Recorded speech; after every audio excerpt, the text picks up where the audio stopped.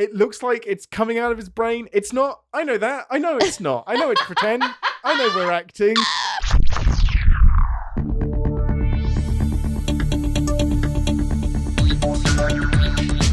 Captain's Pod, Stardate 612162.1. Welcome aboard the Starship Enterprise, and thank you for joining us as we take a brief short leave from the world of CinemaSins to explore the universe of Star Trek. I am your Captain Ian Whittington, and with me as always, she's just back from SETI Alpha 5 with the latest earworm. It's Ambassador Deneé. And I want to share my earworms with you. Oh, that's gross. If Khan just started humming that would be very meta, very weird, but it would be kind of cool. I kind of dig it.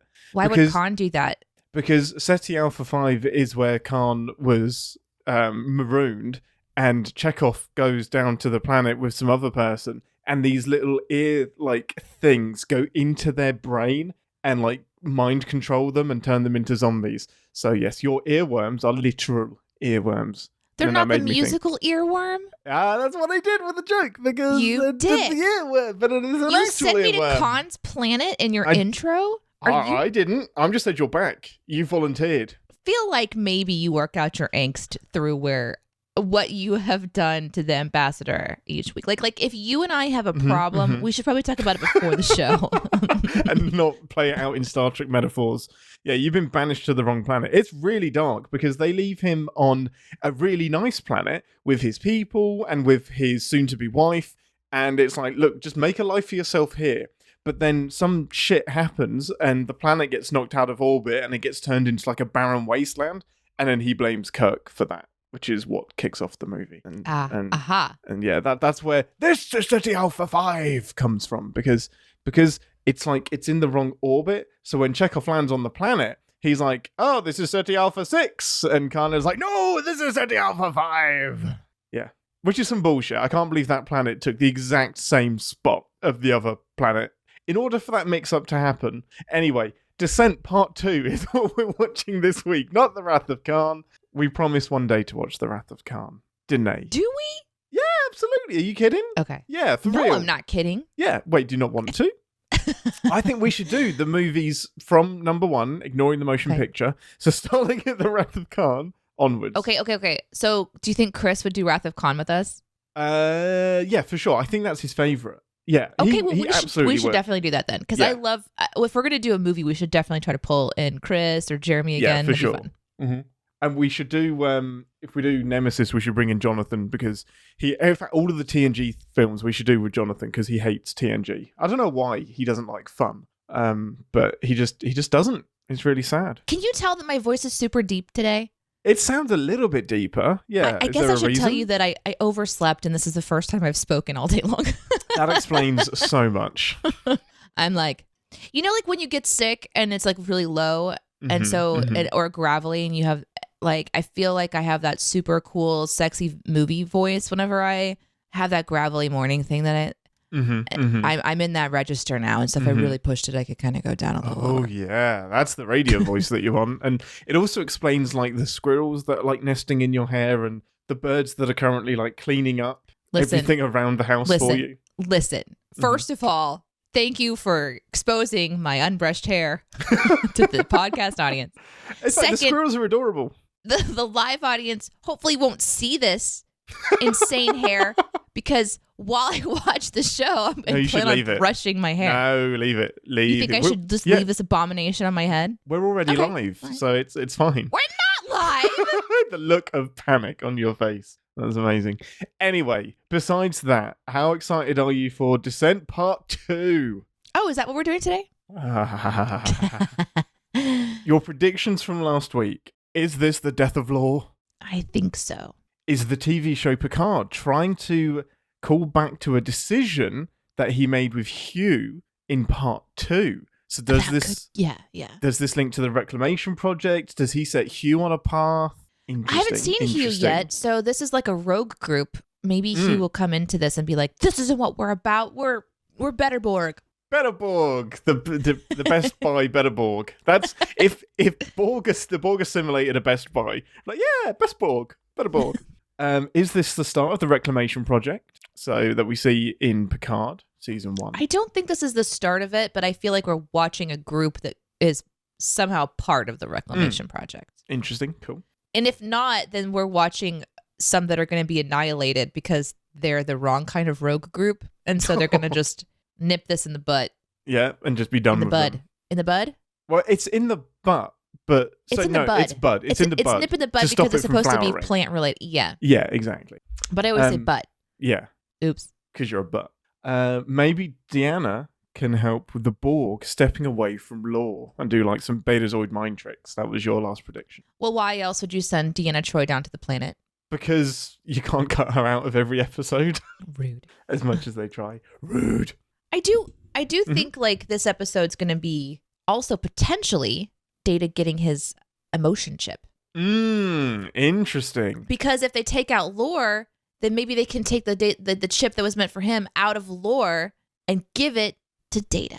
Because this is the start of season 7, so there's only one season left. If you're going to do something wonky and crazy, then you do it now. Speaking of wonky and crazy, you can watch our VOD of this very episode on Twitch 2 weeks for 2 weeks, and you can see my fucking batshit crazy hair. Not this part you can't. From 10 forward onwards you can. Right. Yeah, this video won't exist after right now. It's already gone. No, I was just talking about the future one when we go live. Oh, if you I'm going to leave this in my hair. You're going to leave it? Okay, cool. Yeah, brilliant. I've just then decided. Yeah, absolutely. Go over to Twitch and watch that. You can also watch the Derpa Prize with its Clip. debut. Yes. Its debut. It gets its own opening sequence, kind of. It wasn't its debut. That was the second time we've done it. We don't have a that feeling video, that it's gonna have. I have a feeling it's gonna happen again. Yeah, it's gonna. I have a feeling it's gonna happen as much as we possibly can make it. The poor Derpa Prize. Okay, with that, before I abandon ship, it's 2 to the holodeck to watch Descent Part 2. We will see you in 10 forward.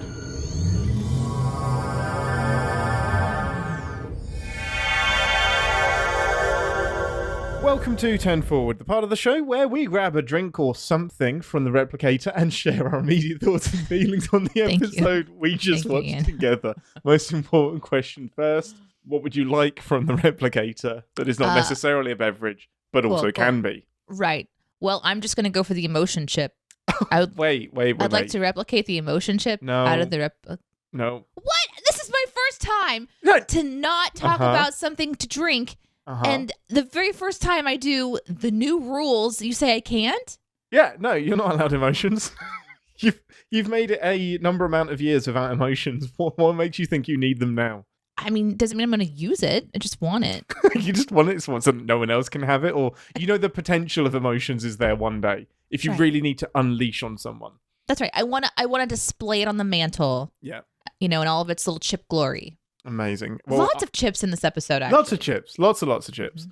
All I would like is a prosthetic removable fingernail just so that I can trigger Deneé into using her emotion chip at some time. I forgot that we needed the Law or Data removes their fingernail trigger warning for Deneé in this episode. Ugh. Vomit. Ugh. Okay, this week we are covering Star Trek TNG Season 7, Episode 1, Descent Part 2. Last week we left on a cliffhanger of Law has kidnapped Data and they have joined together and are raising an army of Borg. Does it have anything to do with Hugh? Who knows? Hugh knows! Hugh knows! This week we find out it has everything to do with Hugh, as Hugh has, upon rejoining his ship once the Enterprise had healed him up. Do you want me to take a stab at it, Captain? No, because I won't have the... Yeah, okay, go for it. Yeah. I actually don't have anything written down for this. Okay, yeah. What happened this week? In this episode, Lore and Data have a emotional sibling tiff. Geordi almost dies, and so does Picard, and so does Data, and so does Worf. And so does everybody in the fucking sun. Will Beverly Crusher save the day as captain? Yeah, sorta, but nobody talks about it. But we're not getting to the sins first. Back to you, Captain. Yes. How was that? That's pretty good. That was amazing. Forgive me if I have another stab at it. We discover very quickly that Hugh, upon being reunited with his Borg ship, all sorts of shenanigans happened, And when faced with the concept of individuality, they went absolutely batshit and left them vulnerable to a hostile takeover from Law, who wishes to turn them into a master race of cybernetic organisms and destroy the Federation. Upon kidnapping Picard, LaForge, and Deanna, experimentation happens to see if Geordi's interface with his visor can help them bridge the gap. Will Data kill his friend? Will Beverly save the Enterprise by flying it into a sun? We shall find out. That went very similar to your summary, and I didn't mean it to. Well, it just is a testament to my brilliance.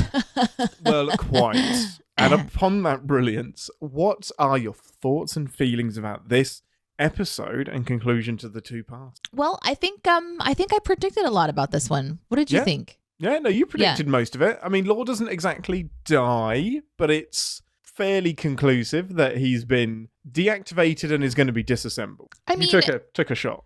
Yeah. I don't understand why we're not just eviscerating this thing, and we're doing the same thing that happened the first time that didn't go well because he was recreated. So I guess we're just leaving that open for potentially more lore in the future. And I predicted that this was the end of lore, so maybe he does come back at some point because they didn't destroy his pieces like they should have. That's what you got to do. Just store him in different parts, in different planets. I get why Data doesn't want to vaporize him. Like, you don't just vaporize like a prisoner. And he is a prisoner. I guess if you just... They don't have the death penalty, so you can't just put Law to death. So I think they have to do something... Although we don't just leave people in deliberate comas either, which is basically what they're doing. Yeah, they did. Yeah.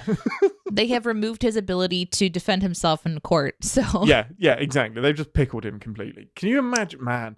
I want to see Law go on trial. Yeah. It's kind of weird that didn't happen, actually. I've never thought about that. He is an individual. He is a person. It is strange that they just take him apart and leave him. I mean, I get it. But it is that thing where it's like, well, okay, but are androids like people? Like, well, I mean, they are. Are they living creatures that you need to respect with this universal law of like respect for living things? Or is he an android that doesn't have the right to defend himself? Because this episode would indicate that the society thinks that they have the right to just, no, you're right. Turn him off and disassemble him. I mean, a super early episode proves that they can't do that. And Data does go on trial, and it's proved that he is a person. He can determine his own future. And unless he's got a twin brother, and then Law can't do that. So, yeah, it's an interesting thing I didn't think about. But, yeah, so you did predict a good chunk of the episode. I am not surprised. This is an era of Star Trek that's fairly paint by numbers, which is one of the great reasons that we find it so comfortable and kind of satisfying. But other than the predictions, how did it hit you? I liked it. I liked it for a lot of reasons. I thought that it was a fun two-parter where there was a lot of interesting things happening. And I kind of have to put myself back into the mindset of like the joy of watching this show when I was a kid, like at the TV. And I just loved Star Trek. Yeah. And I see a lot of like modern shows, and this is obviously missing some of the modern touches of storytelling, or even just the really, truly, I guess, just storytelling is probably the most obvious. I mean, of course, costuming and sets and stuff are sometimes almost the exact same even now because it's expensive to create content. But I thought that the storytelling was good because they're doing something with Hugh, as I predicted. I know he would be here, and he was, and they're reintroducing their attempt to restart their lives, and they're kind of showing more about the plight of the Borg that have kind of come off of the main collective. And then they did something really fun. They put Beverly in the captain's chair, and that's my favorite part of this episode, and also my greatest sin of this episode. So we'll get to that. Yes. Oh, that's great. It's going to be so tricky to talk about it without sinning it, but it's exactly the same. I love it, and it doesn't make any sense. Yeah, I also it was because they had more time here. They really like split the crew up into all these different sets. So we have some that are imprisoned, and we have some that are walking around on the planet and trying to find their way into this prison, and we have some that are still on the ship. And there was a lot of tension. There's a lot of getting to see different dynamics between different people. This was a huge cast. When you look at the cast that was involved in both of these episodes, the Borg and all of the Enterprise crew, like the set must have been pretty busy as they created, this season end and season beginning. And I really like what they're doing with Data as well, that they were able to figure out, massive leaps in technology understanding and opening up little devices and pushing things around, and like the knowledge that the people have in the future to do some of the things that they do, to just do like an emotion swipe, our Bluetooth barely works through walls. Ian's internet is shit upstairs, and Captain Picard can like swipe something off of a Borg, push a button, and then Data is suddenly feeling his specifically, his what was it? The moral compass or whatever, his ethical program. The Kedion pulse. There's stuff like that I'm just like, okie dokie. Okay. We're just gonna techno blah blah that stuff. But this is the sci-fi future, and of course they're not gonna let Data kill Picard or kill Geordi. And I think they got to play with the character of Data a little bit, showing how he could be manipulated, and that I thought it was fun. It's serious. This is a more serious episode. It's not like there wasn't like a big laugh for me or kind of a moment where like Data doing his Picard impression. No, that was terrifying. That was hideous. It's so bad. It's so mean. It was mean. so fucking scary. I did have a couple of moments I really, really enjoyed, like the backup crew. So like, I don't remember their names. Tate, I think is her name. Tate and Barnaby. Yeah. I really enjoyed the Tate and Barnaby. Tate was great. The work that they get to do in like just a few scenes. 15 minutes, if probably less than that, 10 minutes of screen time together. Beverly has like a great relationship with Tate, taking her under her wing. Barnaby is like full of himself. Like he's like junior grade, but still higher than Tate. And it's really, really nice to see the underdog. It was interesting to see. It's like Lower Decks being on the bridge of the Enterprise. That's exactly what I was saying, is the opportunity to bring in fresh people who still are very well knowledged and can fill that role and still kind of like make magic happen and have the tension of going into the ideas that they come up with, the solutions, all that stuff. That was really fun. But I liked Tate's character, this new person who 6 weeks ago jumped into this and now is having to do some like major shit on the bridge of the starship. The flagship of Starfleet, the most important ship in the fleet. And I thought it was acted really well. Like at one moment she said 90 seconds, no, 70. And she just was so hard on herself, I felt that. It's so good because someone made a mistake. They got an estimate wrong. It's so good.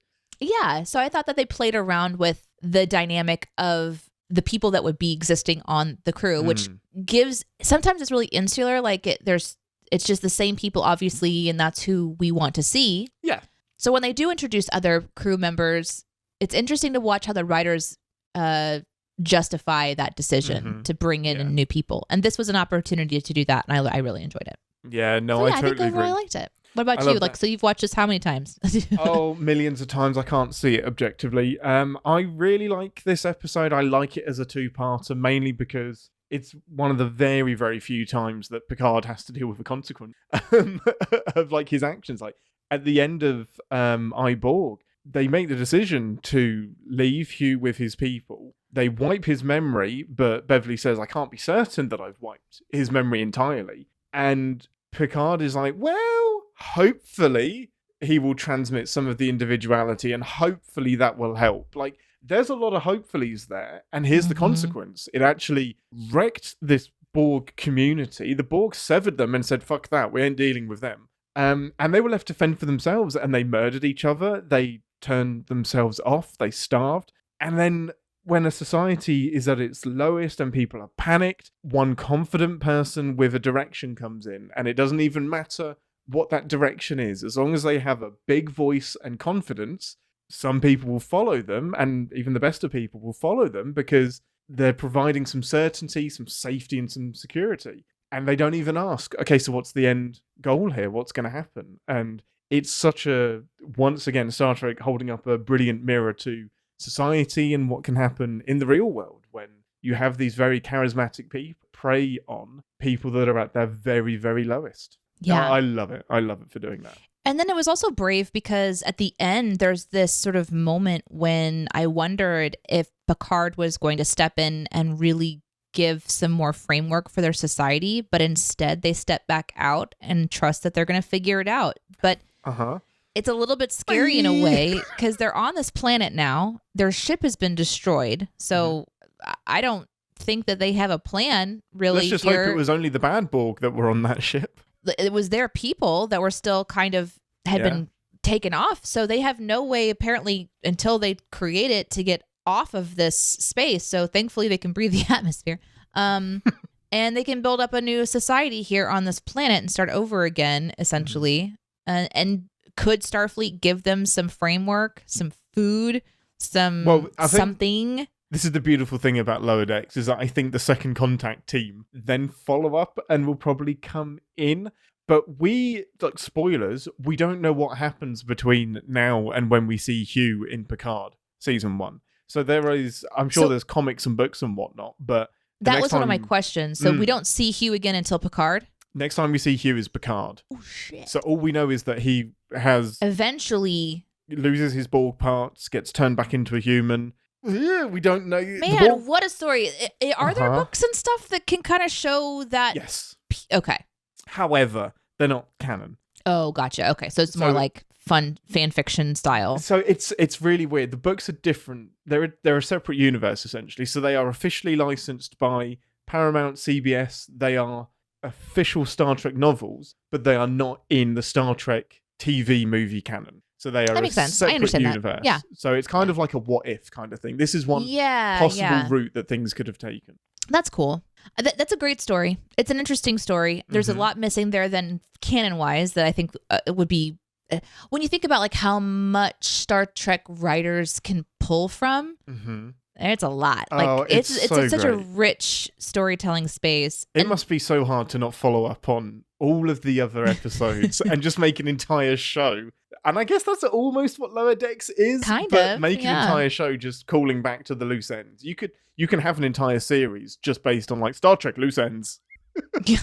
And this is one of them that gives the more serious tones, the underside of things. Like Picard addressing his mistake was another one of my predictions, and I think it kind of a little bit happened. Maybe not like I thought it was going to happen, but at the same time, Picard came face to face with Hugh again, and Hugh came face to face with people that he blamed for his pain and then kind of reconciled a little bit. And even though they didn't really like sink inside of that, they could have done an entire episode about that stuff. Yeah. But it's this last scene in a two-parter that had so much else going on. So I think no matter what kind of a Trek person you are, there was something to enjoy in this episode and the previous episode. I think the 90s-ness of it, and we're going to have a bad guy. Laura's very mustache twirly, standard bad guy with like almost the Bond villain bad guys with the cheesy lines and we will rule the world and you will submit to me and whatnot, and all of that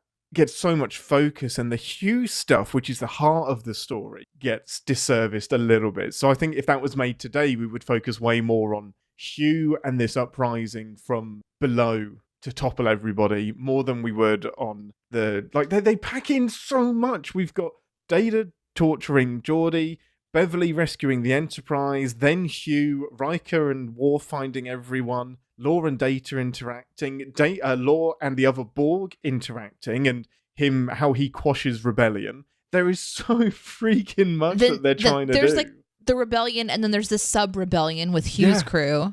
Yeah. Yeah, exactly. Like there is so many different factions. This could have been I think if this had happened in TNG, in Deep Space Nine, or in today's Star Trek, this is an entire season-long arc that carries on. Feels like it. But back in the day, they're like, nah, you got 90 minutes at best to get through this. It does a lot, and when you start to want to go under the surface and ask questions like, well, how does that work, or why does that work, or what is that dynamic, you really end up filling in a lot of the space with your own assumptions about the story. And that's like you said, that's kind of normal storytelling for the 90s. So yeah, it was enjoyable. Sure. Yeah.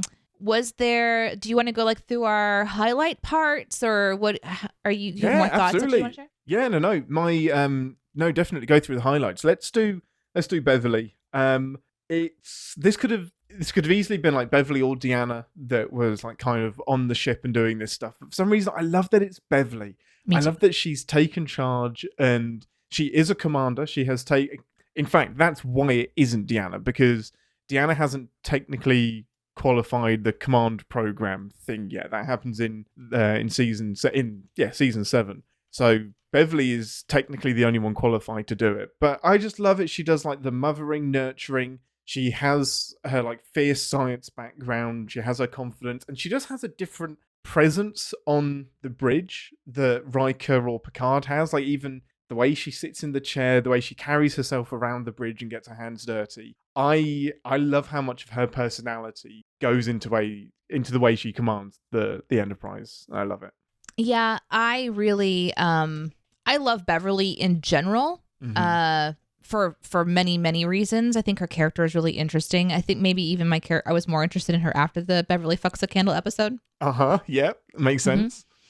In this case, I think it's because as the medical officer, as like the head of the medical wing of everything, she has a level of authority that she can even tell the captain, like, you need to go to your quarters. And so someone has to tell the captain when it's time to not be captain. And I've seen an episode of that happening when they all got sick from like a virus in that one episode that I think that was the one where Riker was on the planet of ladies. Yeah, Angel 1. Angel 1. And so that was really interesting to see. So I like that she has this authority level. And seeing her in the captain's chair, how she was instantly just like, this is what we're doing and this is how it's going. And she just is assertive and she's clear, which is what a captain needs to be. And I really enjoyed seeing her in that space. I think if I would change something, I would maybe have her solve problems more from like a medical perspective. I think it'd be interesting if she 100%. were thinking more organically or like scientifically in her field to solve problems. But at the same time, she's leaning into her leadership to do what needs to get done. And it clearly shows that she has an understanding of more than just the things medically going on, because she truly understands that at some point when the ranks come down, if it comes to me, I still have to know my shit. And it was really powerful. I love seeing a woman in power, and seeing somebody in the captain's chair is always fun. Like whether it's Riker or anyone, I'm always like, ooh, they're in the captain's chair. But for it to be Beverly was new. I hadn't seen that yet. So I really fucking loved that. I think we watched an episode, it was in like season 1 or 2 when Geordi is in the captain's chair. And it's so great. You're right. It's so great whenever we see someone else trying to take control. And I like that they didn't lean into her self-doubt or anything. Just like, oh, I can't do this. It was just firmly, I'm in charge. I can do this. You said something that I don't know. You said something about being motherly. I didn't pick up on that. So what did you feel was motherly about her approach as a captain? Motherly may not be the right word, but the way she was with Tate was understanding that this is a new recruit. I'm going to empathize with her. She's only been here for 6 weeks. Like, I bet you didn't expect to be in this position, and I still want you on the bridge. I feel like Picard or Riker might have been a bit more, you're relieved, let's bring the next person in. Or we don't have time for empathy, let's just get to it. You can either do the job or you can't. But I think it kind of mirrors that Beverly's in an unusual position as well. It does. Are there other episodes that you can think of where they have been more? I know for sure Riker, like, they were such fucking assholes to Wesley. I'll never forgive them for that. Right? Yeah. And that was Wesley, somebody who's been around on the crew for a long time. Yeah. And here come the newbies. So yeah, maybe they would be complete dicks. Yeah. And just be like, next, and just wheel them through. So yeah, maybe characteristically it is more quote unquote motherly or tender. Yeah. And I mean that as a positive. Like, it's a different style of command that I really, really, really there is more than one way to command a starship, and that's something that I love about the Star Trek captains, is that Picard is different from Sisko, is different from Janeway, is different from Kirk, he's from Pike. It's one of my favorite things. Like, what is this new captain going to be like? I would say that the only things I didn't enjoy about it are the things that I think I'm going to sin here in a little bit when we get to to that part.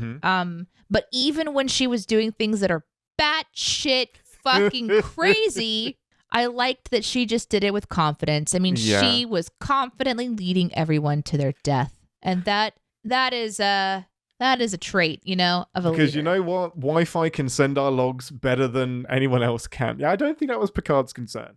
I'm going to help you out a little bit because it is such a cop-out. But, so Beverly suddenly has this big knowledge of metaphasic shielding and how that is going to help the Enterprise and that will protect it from the sun and stuff. That requires knowledge from a different episode. So there is another Beverly-centric episode where we discover that she has an interest in metaphasic shielding, and she invites all of these scientists that are going to experiment on this new type of shielding. And there's a whole episode dedicated to this special shielding that will allow ships to travel right up next to the sun. So this is directly referring back to that episode. So that's why Beverly specifically has all of that knowledge.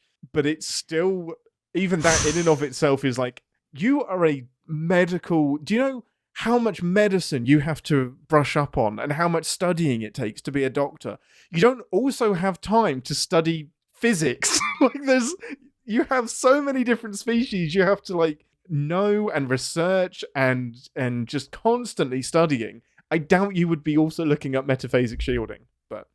I appreciate that you know that, because for me, this solution was pulled out of nowhere. And I think it would have been beneficial for them to add just a couple of more words into the sentence and be like, I remember this happening. Maybe it was there, but I was just like, what the fuck? Maybe it was there. That's even more confusing because she talks to Barnaby and says that, can you access Geordi's program on metaphasic shielding? And he's like, yeah, I remember the chief engineer was working on that. Instead of mentioning Geordi, just say last year we had a group of scientists on board and we were working with metaphasic shielding. But again, I think there was a part of them that was just like, I don't want to alienate people that haven't seen that episode. So instead, let it work both ways.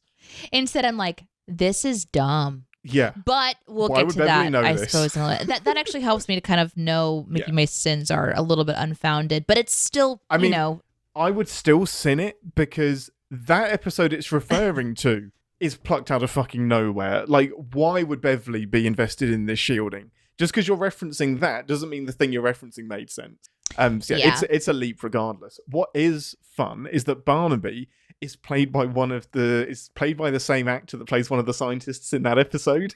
Oh, wait. He's an alien. So he's in all of the alien prosthetics and stuff. And so the actor was there, but not the character. Not the character, exactly. So for the longest time, I'm like, why does metaphasic shielding and this actor seem so familiar? And if you compare him and his alien version, it looks, obviously they look similar, but I don't know if that was deliberate. Maybe they cast him and was like, that's the end of the story. That's how we get Beverly out of it because this actor was in that episode. Yeah. I think that's a lot of fun that they recycle their actors. Yeah. And they give him a new chance to kind of come in and do something. He got to play a dick in this episode and he did great because I hated him. He's not I didn't hate him. Is he a dick? He was annoying. I suppose I better make sure my calculations are correct, Ensign. But she does get a nice snap back at the end. Kate got this nice sting at the end about that was a fun back and forth, a dynamic that I wish we could explore. But we'll get to the sins. They would have all of the feisty, passionate stuff going on. Are you doing sexy fanfic right now? My God, we don't have time for that. We're doing a show. Calm yourself down. Eye wobbles that Barnaby had. Yeah. It's made me appreciate Picard even more because Lore, doing his speech at the beginning when he's like, the reign of biological life forms is coming to an end. It informs.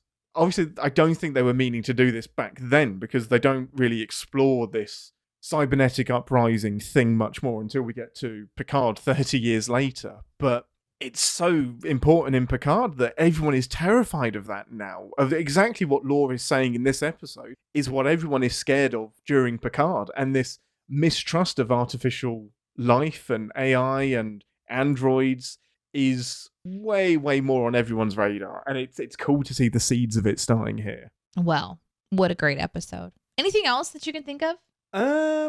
Like, what other things did you like? Because I wrote down, I wrote down some stuff that just as the plot was going through, I think, like, if I understand correctly, like, Lore had figured out a way to use the emotion chip to be able to broadcast a frequency that disrupted. Yeah. Right. That disrupted the Borg emotion and also specifically the Data's emotion. So what I think... Or did he manipulate the Borg to follow him, which was separate from this chip emitter? It's totally different, yeah, because Lore has created a little LAN party. So he's like networked together all of these Borg using his technology and using his knowledge and made a collect. But because he's still experimenting, a couple of the Borg can drift off and separate themselves from that. But there are punishments if you do that. And a lot of them want to be in that collective. They want that direction, and because it's all they know, they want to be. And then the feelings are, that's just to control Data. So he's just feeding him the emotions he wants to. It's emotional manipulation, but a very literal interpretation. So instead of having to use words to get emotions out of him, he can literally just make Data feel whatever he wants to feel. Not only through his own chip, but through the chip that he gave the Borg. Did he give the Borg a chip? Yeah, remember it was on that guy's arm and he pushed the little thingy and then Data was all fucked up. That's the thing that took away his ethical programming. I think. Okay. I think they never fully explain it, but it's confusing, is what it is. It is. I think I followed along well enough. I think one of the themes I really love is this, and the Undiscovered Country does this as well. The human need to make everyone else human. So it's like in humanity's way is the best way, and the Borg don't have a great what's the word I'm looking for? Motivation. But they're being led. They're being led by a hive mind. And just because we don't like what they're doing, it doesn't mean that individuality is the right thing for them. So Picard trying to force individuality on the Borg fucked them up. And it created all kinds of problems. And I just like exploring that thing that maybe a collective is good for some people. Maybe that's how the Borg are going to function. Maybe individuality isn't the right thing for them. Religion. Ding. Ding. And Hugh just saying, like, yeah, we can be individuals and work together as a team. We're still going to keep some elements of the collective. We can't all just be individuals because it's what necessarily works for humans. So there's so many interesting themes that are being explored in this episode. Yeah. Don't join cults. Yeah, for real. I do want to say also that there was this really fucking cool shot when Lore is being turned off. So Data stuns him, Lore falls over, and the shot is from underneath. So it's like you can see Lore's head, all of his facial features hanging over the chair, and like we're underneath him looking up. And then in the background is, Data, who has opened up Lore's skull and is, shutting him down or whatever. And they're having this last kind of exchange of words. And it's a really cool, like, cinematography wise, a very nice shot. Mm-hmm. But then also you get to see Lore's eyes fade out, and it's so fucking freaky and I don't know, did they do that recently and re-release it? It's from the beginning. And the reason I remember is that I have a book called The Nitpicker's Guide to Star Trek: The Next Generation. I'm sorry. Could you just hold on for 1 second and think about your job now? Oh, yeah, no. Have I got this? Were you like born for this or something? Never doubt. Some people are just destined for it. Oh my God. Phil Farrand, The Nitpicker's Guide to Next Generation Trekkers Volume 2. And my dad got this in the early 90s. I have been reading it for as long as I can remember. It is, what's the edition on here? 1995, this version came out. It is battered, it is worn, it is used. And he would do a great synopsis of each episode. And then do all of the content. He would break down the nitpicks into continuity errors, plot holes, and then just kind of what the fuck was going on here? Like, this doesn't make any sense. And I could do a podcast just with this book. And at the end of each entry, he would do a sin removal. So he would do one thing that he loved about the episode that was excellent. And for Descent Part 2, he says he always loved how the lights in Law's eye disappeared, how the pupils disappeared. And I didn't notice until he pointed it out. And I immediately watched the episode and was like, oh, holy shit, that's so cool. But yeah, I would read the episode and then watch the episode and see if I could catch the continuity errors as well. So yeah, without realizing, I was nitpicking from like the age of 8. It makes so much sense, honestly. So much sense. I don't know what we were talking about there. Oh yeah, Law's the eyes. Yeah. So I'm watching it and I'm just like, this is crazy because of course, we keep talking about how amazing this actor is. Holy shit, Brent Spiner. Oh, it's Brent Spiner doing 2 parts again. So good. It's so good because then he's also doing multiple shots, like looking in different angles, resetting, coming back in different costume. Like it's fantastic. Anyway, so like I'm watching how he's deciding to relax his face, but also be android at the same time. Like I feel like as a human, we would just relax and like all of our tissue would just like fall forward because it's just relaxed because there's nothing holding it like in place anymore. There's no muscles activated anymore. So like if we're leaning over like a chair, our lips would just poof together or something. But like Brent is going, I'm not human, I'm android, so I'm still this robot shape, but still showing that there's no activity going on. And I'm just like, this is really, really good. And then all of a sudden, just the eyes stay the same color, but just the pupil, just the black pupil goes away and just goes zip. And it only lasts for a split second. And I was like, oh, it's so God, great. That was fucking cool. It was really Whoever cool. thought of that, it's a beautiful touch because it usually do the stereotypical thing of like closing the eyelids over like a corpse or something. But yeah, this is a robot. So his eyes just disappear. Oh, I love it. It's a great shot. Great. And even though it's a little sinful, I also like the idea that Data knows that at the time that he's shutting Laura down, he believes that this is the end of his emotion, like his potential to have any emotion is done at this point. Yeah. And so, but he still chooses to shut Laura down. Yeah. So that was also really good. It's a big moment, and it's shutting down the only other him that he knows. It's the only other of his species that he knows. Like, it must be so hard to have to give up on Law. And I guess the final straw is you actually took control of me this time. Yeah. And you're working with the Borg. That's about as bad as it gets. This is this is big trouble. And putting Picard and Geordi in front of him to kill, Yeah.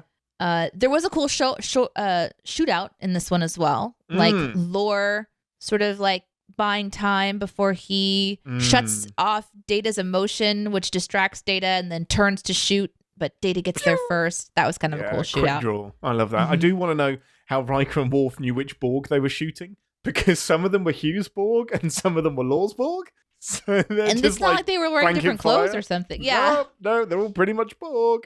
That's amazing. I think the last big thing I had was I think I like this episode a lot because it shows different characteristics in the Borg. So you get I can't remember his name, but the anxious Borg that is really lost and is disconnected from the hive, and Law has to convince him to reconnect to Croesus.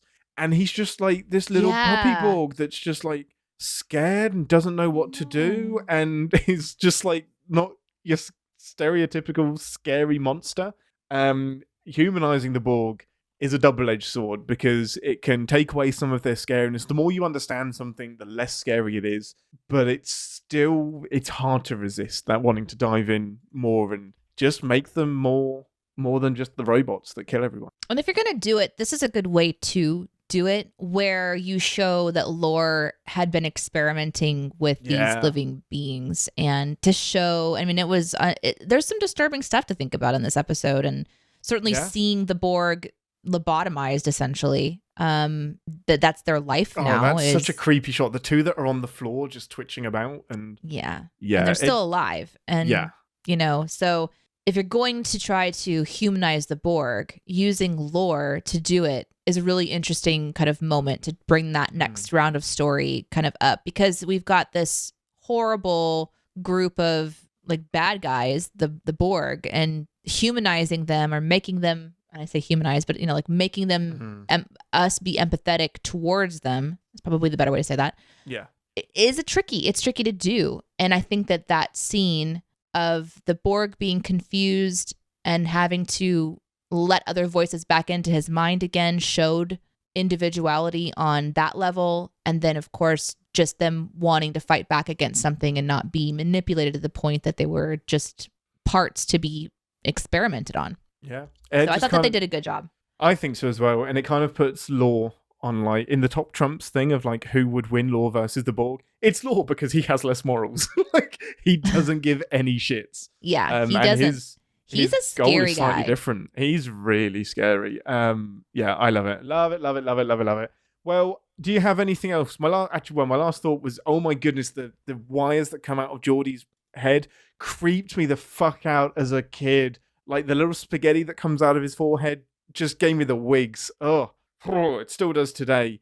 Like just the special effect, not even special effects. All it is they glue it on and then it's the little wire, the little wiggly the wire. little wiggly wire. It looks like it's coming out of his brain. It's not. I know that. I know it's not. I know it's pretend. I know we're acting, but it's still. I feel like it's happening because it's like it indents the skin on his head, and I'm like, it's fucking in there. LeVar Burton was lobotomized to do this episode, and it just wigs me out. Oh. Yeah, or the fucking fingernails. Yeah, no, that's fine. It's a robot. No, that's so not. Ugh. Not okay. Not okay. And I did notice that Riker's head is always leaning to the left. You're like welcome. When he's talking to Hugh, he's just like, I'm sorry you're not happy to see us. And I'm like, straighten up, my dude. Yeah, he has a real tight like lat or something. It's too late.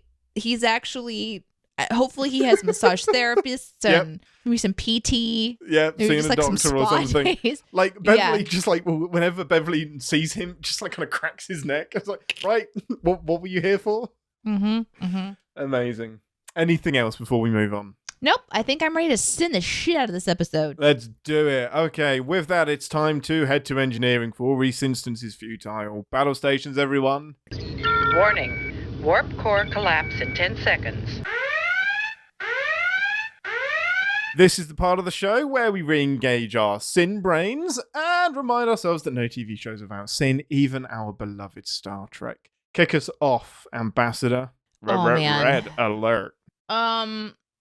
So this is a not really, we have sins and then we have like not really sins, but in this episode they give us like the whole backstory to last episode, and then we start off and we're inside this chamber where everyone's meeting, and it's Lore standing at the top of the dais, and he's all powerful and everything. And his first, I think he says something like, what do you think of my followers, Picard? But he is wearing the most ridiculous tracksuit with like fake shoulder abs pads. And shoulder pads. And I'm like, all I want to do is do a sin. Like, no. The first question is like, what do you think of my clothing? What do you think of my outfit? What do you think of my jumpsuit? Like just something, because it is so silly. So over the top. You know what it is. It's probably the lower part of what the Borg wear to beef 100%, them out. 100%. And so somehow he's found a Borg tracksuit and he's just wearing it. And tailoring is important. Yeah, visually it indicates that he's like superior.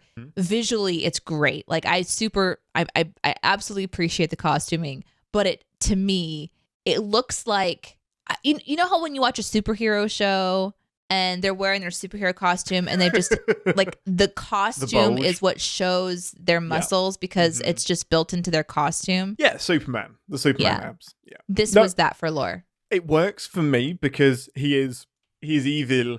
Like he's so over the top. He is ego. He's a maniacal android. His programming has gone wrong. He has been programmed by a human. So this is just how his brain works. Like it's not practical. It's just, yes, I'm above you. Look at my polystyrene abs. That's a first one. Okay. I almost laughed at the sight of it. But it's so great. I always laugh at so there's one Borg in this episode who has the same like 6-8 pack ab thing, but it's like wobbly and it's disconnected from the rest of his uniform. And it's like, are the Borg that vain that they need to show off their like pretend abs? It's amazing. But yeah, we would sin that.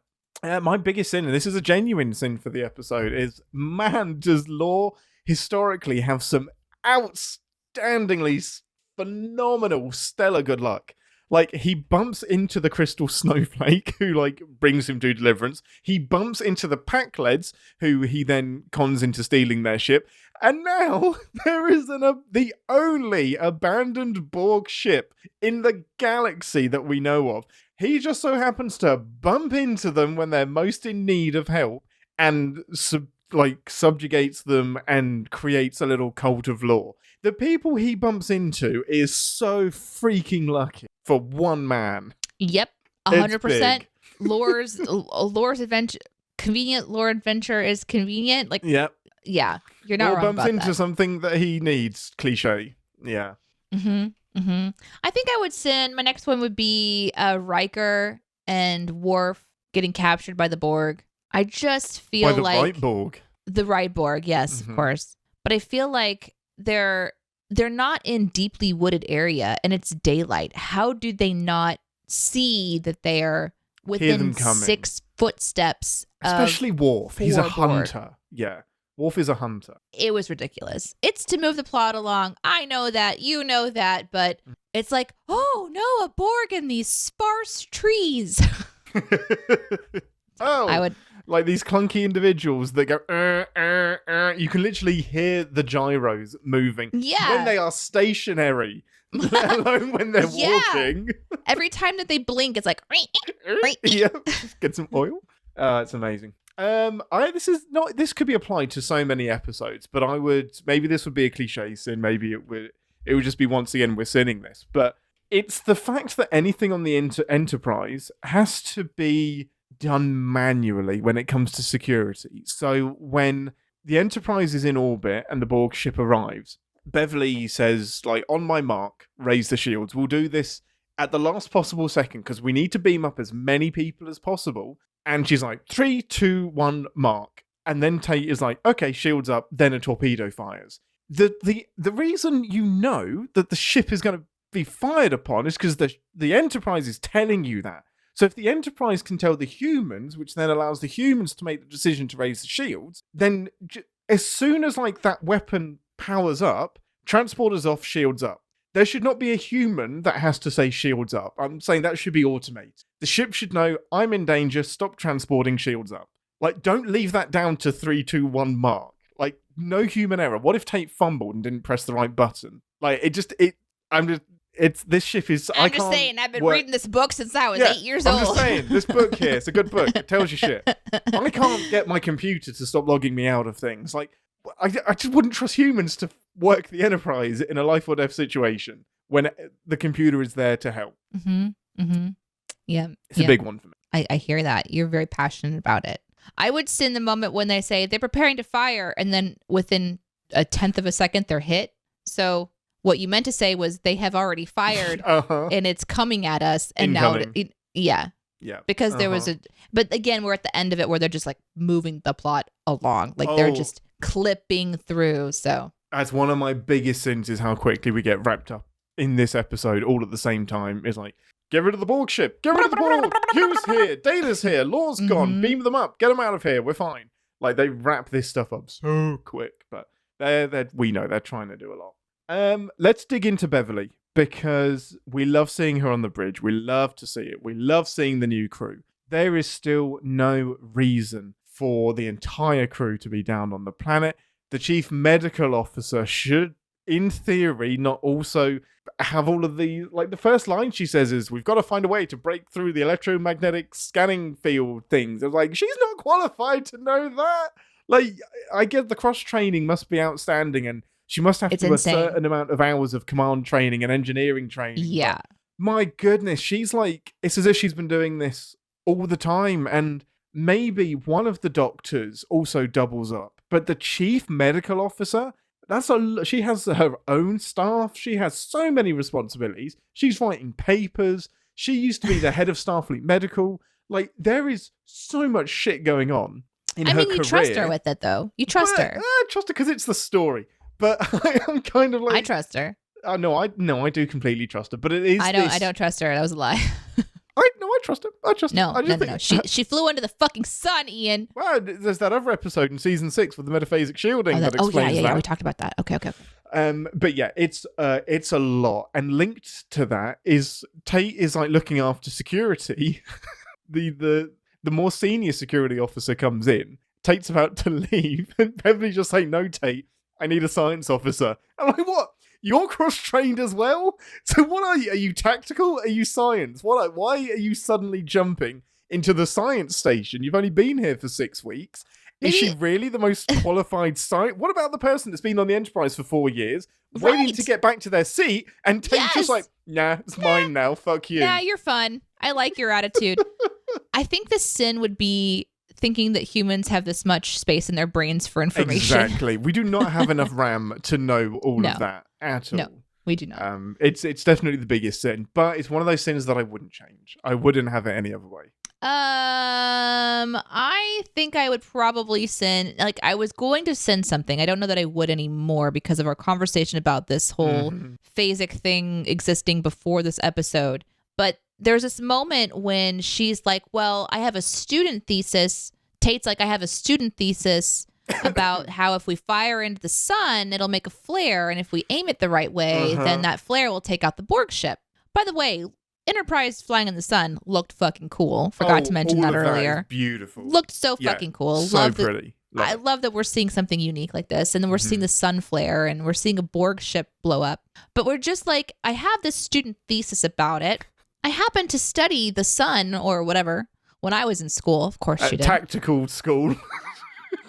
So it's just like, okay. And we're clipping along. We're at the end of this. We're clipping along. Don't ask questions.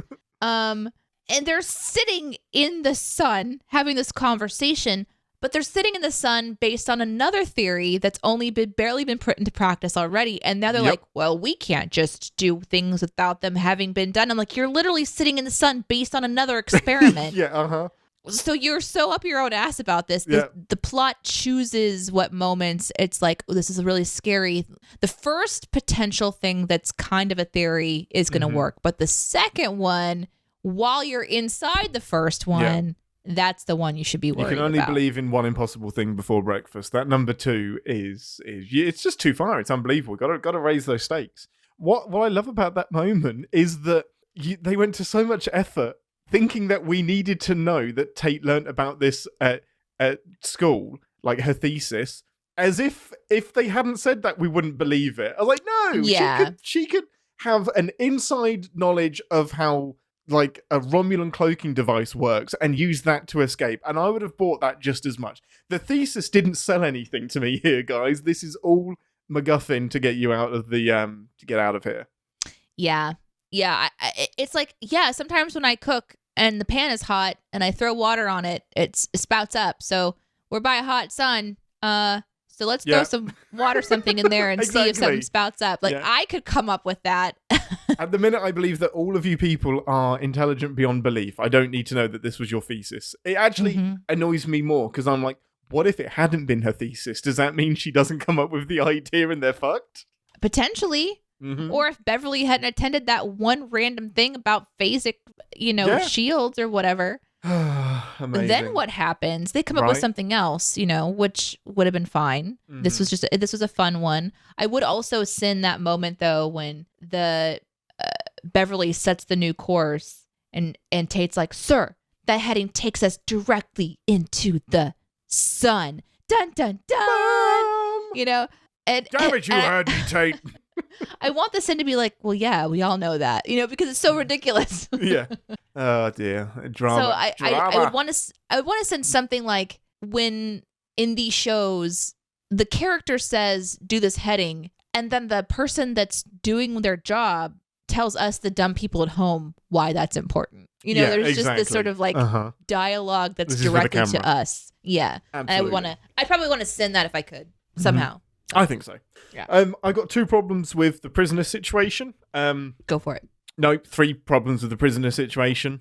Go for it. 1, I'm amazed that cell isn't bugged. And while LaForge and Picard are like chipping in and trying to decide the Kedion pulse and how they're going to do it and how this will undermine Picard, how this will undermine Law, there isn't even a Borg guard that is like listening in. There's no listening device. There's nothing. They are just, don't keep your prisoners in the same fucking room to begin with.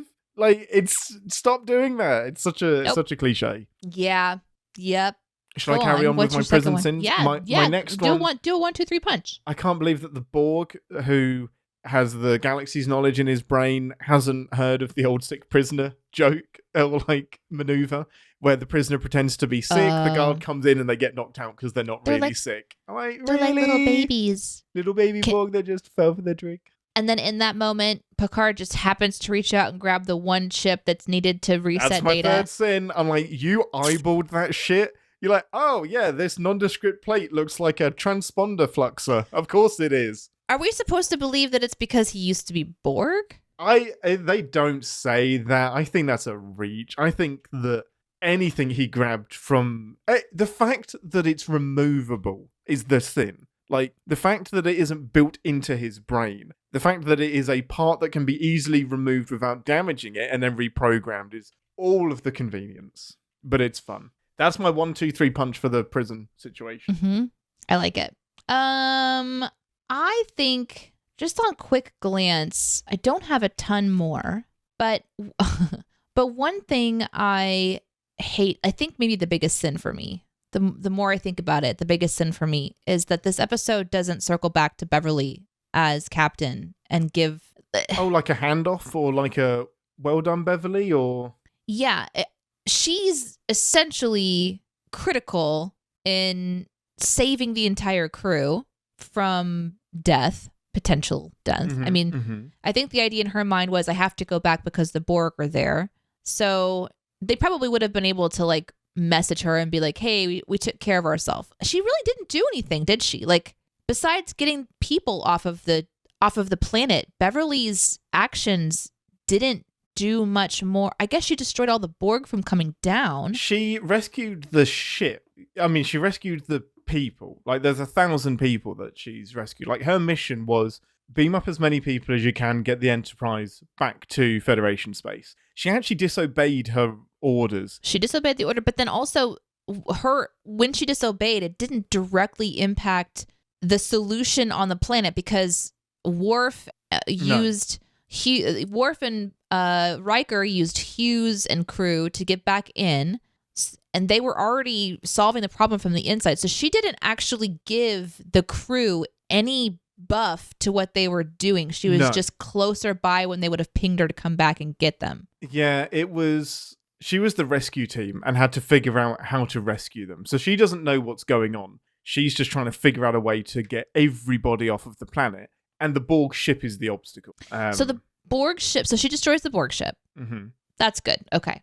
But anyways, what the show missed for me was it's like wrapping up and you hear Picard's voice going, Geordi is in the capable hands of Dr. Crusher, recovering. Where is that moment when it's like, you flew into the sun, you destroyed an entire ship of Borg that were people, not bad Borg, they were people. Yeah.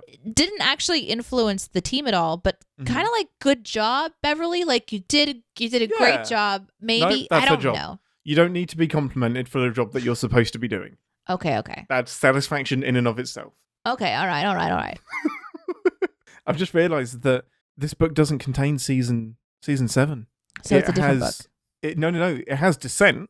So I must have just invented that memory myself. It's like Descent Part 2 isn't in this book. So there must be a part 2 that is back at home or something. But I'm sure I remember him saying. Well, I'm sure there's a volume 3. Cool. You probably read volume 3. Anyway, I could get stuck in this book for another few days. Anything else, Ambassador? I am pretty much finished. I'm pretty much done too. Yeah. Yeah. I think that's a great 2-parter. Like, overall, what's your thoughts and feelings about Law's arc now that you've watched all of the Law episodes? I think this would be a series that you would recommend to somebody who's wanting to kind of see the more serious acting chops of this show. Somebody who has an understanding of the Borg and why they're terrifying. So I wouldn't send someone to this if they didn't understand the Borg stuff. But I don't think you need a lot of other to enjoy Descent. Maybe we should have watched the episode about those phase shields potentially. Phasic shielding. But this is what I like. We could have watched all of the Borg episodes. the Q episode, the metaphase shielding episode. There is so many episodes to watch before you watch this one. I recommend TNG hands down. I just think it's a really fun sci-fi show that as it progresses, the crew understands what they're doing. But peppering back and forth into the earlier seasons when they're not so sure about their character is a delight. So I don't know. I think I'm kind of finding that when people ask me what episodes to recommend, I'm doing it more based on like, well, what do you like to watch? Do you like to watch comedy? Always. Do you like to watch? And this is more of those, like, what's your favorite character? And if mine was Data, and I'm learning about Data's history and kind of what makes him so unique and his like arc to becoming human, because I'm still trying to guess what we're doing here, by the way, in the season of Captain's Pod. This is crucial. This is a crucial moment for Data to have experiences where he's struggling with understanding like who he is. That beautiful moment between he and Geordi, when Geordi's talking about walking along the bottom of the water and it took 2 weeks to kind of get him out. The stories that we can't see, but that they still have because of all of their adventures together. And Data is reconciling and wrestling with emotion versus ethics. There's just a lot to really think about in these episodes. If you want to watch it superficially as an episode in the background, it's got a lot of fun and adventure, and it clips along fast enough. I don't think there's a lot of room to get bored. And every time you glance up at the scene, there's probably a different angle being shown, either the prisoner, or there's a ship, or there's just like a feast for the eyes on that more serious tone. So yeah, I really enjoyed it. Yeah, I love Lore. He's one of my favorite bad guys. He's just so maniacal and unhinged whenever you see him. He's always like sarcastic and funny and then brutal. Lore? And Lore. And just scary. Like he's one of the scariest bad guys I remember watching. Like, he is so fucking scary. That moment when Data goes out to talk to him and Lore realizes that there's something off about Data, like he doesn't realize his ethical chip's been turned back on, and he's like, I don't know, brother, And Lore removes the emotion. Data reacts to that sudden lack, and then Lore gives it back to him and says, aren't you going to say thank you? Oh, it's so fucked what up. What a manipulative fucking dick. Thank you for the punishment. He's so twisted. He's one of the most twisted characters that I remember seeing encapsulated inside of my happy Star Trek universe. I'm glad he's not there all the time, because he would destroy the world. Oh, for sure. He is the lack of morals, and that's a dangerous story device to use, because just having somebody that is pure evil and a lack of morals isn't altogether that interesting, because it's like, okay, this is evil. This is easy, they're evil. The way Lore works is because we have a good version of Lore on screen that he's battling with in Data the whole time. So clever. It's so I love it. Powerful. It's such a great character. Yeah. The two of them together are really, really powerful. And the idea of the twin, that we get to see that repeated in Picard, it's just, it makes me appreciate Picard even more. Yes. When we started Captain's Pod, we started with Picard because it was my reintroduction to Star Trek. So for those of new listeners or new watchers, this began almost exactly a year ago, going, hey, I love Star Trek so much, and there's this new show coming out and your favorite character is in it. Let's do a podcast and go through every episode. And suddenly it's like, now we have the time to go back and watch these episodes that make Picard sing even more. And it's really fucking cool. I'm having such a great time, and I'm glad that you guys are enjoying it too.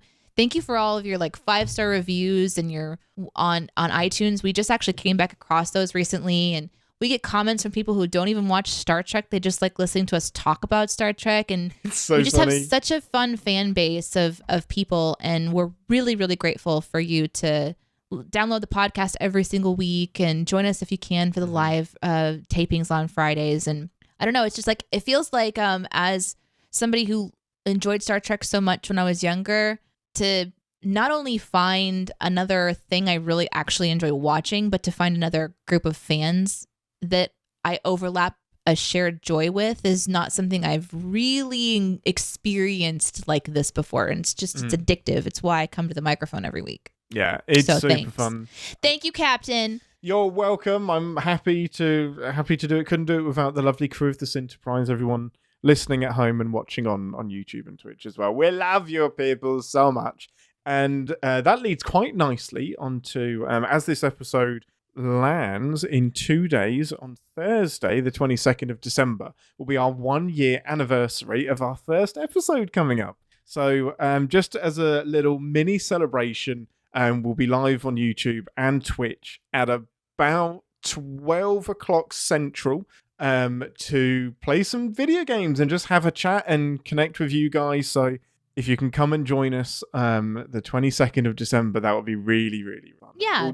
We'll hang out and super talk casual. And, yeah, super chill out. Well, before we depart, it's time for next week's homework. We will be diving into Elementary Dear Data, which is a season 2 episode, one of my all-time favorites. It's so good. So yeah, we'll be recording that and reviewing it live on Twitch next Friday at 12 p.m. ish Central, and it will be in your podcast feed as normal the following Wednesday. But yes, anything else, Ambassador, or can I send the lovely crew on their way? Oh, you can send the crew on their way. Go ahead, take a rest. You've earned it, guys. You flew us into the sun and back. Right, well, we love you all very, very much. Thank you for listening. And it is I love you, brother. From me. And it's I'm ready to eradicate your existing brain cells. From me. And live long and prosper. Thanks for listening. Want to connect with the show? Our hailing frequencies are always open through captainspod at cinemasins.com. Like, comment, and subscribe on your podcast player of choice, and be sure to visit cinemasins.com. Hello. Hello. Hello. Oh, fucking hell, it's fucking cold. What? Not the visor, you dick! Right. If you fucking crush that shit, Data, is he gonna crush it? Ian, is he gonna crush it? Can anyone else smell burning? No, it would be weird if any of you people could smell burning in my house, but I can definitely smell burning. Could you go check on that? Yeah. We're just gonna take a quick moment, and Ian's gonna go check on his shit, because if something is burning, he needs to know about it. Yeah, I've been looking at expensive Star Trek gear. Oh my goodness, no. I'm like, I kind of want Do clothes. it. No! Get the It's too clothes. expensive. It's too expensive. Do it. If we go to a convention, if we decide as a podcast to go to a convention, I would consider it. Okay, do. Question for instance, I was very surprised I didn't have the lieutenant on the bridge eating an apple while taking orders from Beverly. Barnaby, yeah. In case we didn't realize he was an asshole, they replicated an apple for Barnaby. I forgot one of my sins, which was that like Barnaby's like, she did it, like super excited whenever Tate got it. Yeah. And then he kind of collects himself, but he doesn't actually turn to her and say good job. No, that's because enough. he's a fucking asshole. No, it's because you should be happy with the job that you did. You shouldn't need extrinsic motivators or affirmations. Just Not do all a of us good are job. like you. Some of us like to have motivational conversations. Link thinks I should take over as captain for a day. Nope. Do you want to host an episode? You host an episode. You'd have It's to too pick- late. You said no. That's it. That idea is dead. Link, we're so excited to see you guys at Cine Week. That's going to be so much Yay! fun. Can you bring the puppy? Bring the dog. Bring the dog. My what? My dog? No, in Link's picture, there's a dog. I hope that's a dog. Oh. It's like their child. No, I was gonna say like cat or something. I haven't mistaken a dog for a human. Did you say Today. cow? Cat. Who has a pet cow? That's my question. And it looks nothing like a cow. It doesn't. So why would I say Jesus. that? Of all the letters beginning with C. During the conversations about Picard and Hugh during the show, Jagged said, I feel like this is one of those dark, dirty secrets that Picard has in his closet. He deactivated Lore, took him apart, and the Enterprise covered it up. Mm-hmm. I think that all of like season 7 of Lower Decks should be dedicated to like Lower Decks, Picard's dirty closet, and the entire season is just them picking up the pieces of everything Picard has left behind. He just brushed his hands off and said, yep, some other dickhead will pick that up. Two-parter question, but I think I forgot the second part of this one, so sorry for that. Best and worst two-parter outside of TNG. Oh, it's best all one and question. worst. Yeah. Outside of TNG, oh my goodness. Oh my God. The best for me The is Hobbit. Josh says, do we all have Siri or Alexa? Do we treat them as if they have sentience or choice or even gratitude? Yep, I say thank you to my Google. I do say thank you. Not but always. Also, it's different as well because they are not AI. They are just their voices. They're not doing much different. When we were talking about the novel, Josh says, speaking of non-canon novels, there is a TOS book called Doctor's Orders, which plays out a scenario where Dr. McCoy ends up in charge of the Enterprise. Oh, man, they never did that in like an episode on TV. I would love that, but reading. Star Trek TV for the post show. In Enterprise, what is the warp core called? The warp reactor? I think back in the day it's called the reactor. The reactor What core? do you mean like the warp core called? It's So called you know, the like, warp core. The vroom, vroom, vroom, vroom. They didn't call it that in TOS. I know it was the reactor core in the original series, I think. Oh, I see the question now. I understand. Enterprise's official name is the Gravimetric Field Displacement Manifold. That's fucking stupid. I had no idea of that. It's also not what it does, but still, I don't think that's what it does. Anyway, science, how does it work? Here's a sin from Jagged. Episode of TNG rips off the scene from Star Trek Insurrection where Data walks underwater and opts to only tell us about it. I'm sorry, Data isn't capitalized in that, and I just read it as Data. It's not my fault. So I nearly mentioned this. In Insurrection, they all fall into a big lake of water, and then Data like inflates a little bit, and then like his chest gets a little bit bigger, and he just says, "In case of a water landing, I've been designed to be used as a flotation device." So it kind of undermines what he says here. I'm guessing that between here and Insurrection, he had a flotation device added to his body. For this issue, exactly, because it took 2 weeks to get the water out, and they don't want to have that kind of time down again. Exactly. I think they just added it in post that. Here's an observation from Jagged during the show. Ian, the episode is about what happens when technology has sentience and goes bad, and you're saying you think that they should give that power to the ship and the shields? No, it's input and output. It's not, you can do that without having sentience. Like, I can set, like, in my thermostat, if I had one, I could set it, hey, when it's 23 degrees, turn the heating on or whatever, or then it's input. So when the ship detects a buildup of energy, then it puts the shields up. So that doesn't require thinking. That's just a set of parameters that makes one thing happen in a certain environment. Question, if Data is exposed to water, does he get put in a bag of rice to dry out? Yes, I hope so. I want to see that episode.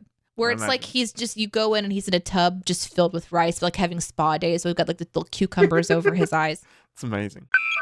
Here's a question from Jagged. It says, does it ever bother you that all the Dr. Soong ancestors or relatives are always more like Lore and none of them are like Data? It bugs me because you would think they might try to give them some Data characteristics. So, the Soong that turns up in Enterprise, he's not evil. They're all misguided. So they're all just like geniuses that are so determined to progress science and to progress the next steps of humanity. And then that genius comes with some megalomaniacal ego stuff. And Data was deliberately programmed to be more of a child and to be more naive. But yeah, I get what you mean. I think maybe it comes down to more human nature, sadly, which is when we get greedy, even intellectually greedy, it can lead to missing the point of what we're doing. And Lore is the opposite end of that spectrum. I don't think Dr. Soong is evil either. His inventions got away from him. Follow up to that, I was convinced that the one in Picard was going to turn out to be evil because they are always one good, one evil. All are. Yeah. Yeah.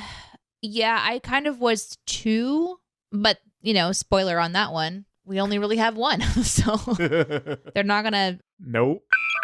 I really see the Data and Spock characters similarly in a way. Yeah. Mm-hmm.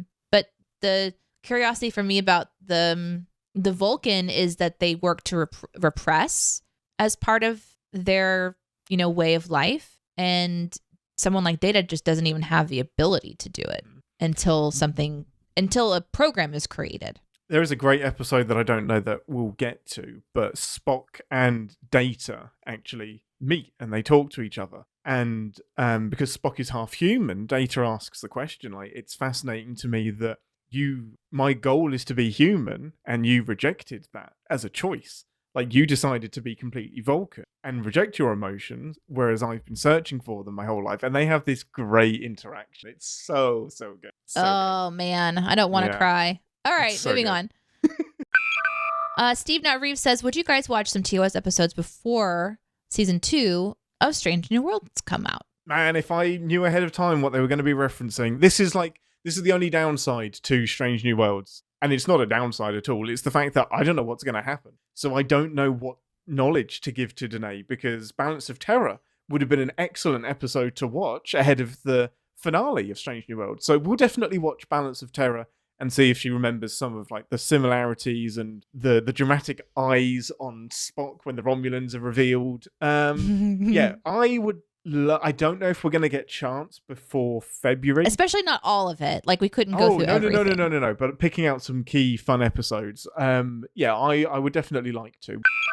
But at the same time, just like from the opposite side of things, though, not having seen that and watching that and then having the conversation about it without context for the podcast was something we could never have absolutely. if I had watched it. Because when we watched Strange New Worlds finale, I could see like Ian and Aaron were both holding their breath, like, because they liked it, but there was something else going on, and I'm just like, so then it became this curious conversation, thinking, well, that scene didn't work for me because I was kind of like, all right, that was really on the nose, and I'm like, that scene worked for me because it's the first time I've seen it and I liked it. Yeah. So there's this interesting dynamic in the way that we are watching Strange New Worlds. So I would almost request not to watch anything from TOS because, again, this is my first time to really be introduced to these characters. So even though, of course, I know the name Spock and I know the name the blah, blah, blah, blah, like I know that lore because of being in society and somewhat plugged into pop culture. Just existing. I'm developing my relationship with these characters. I don't know. I kind of like keeping it.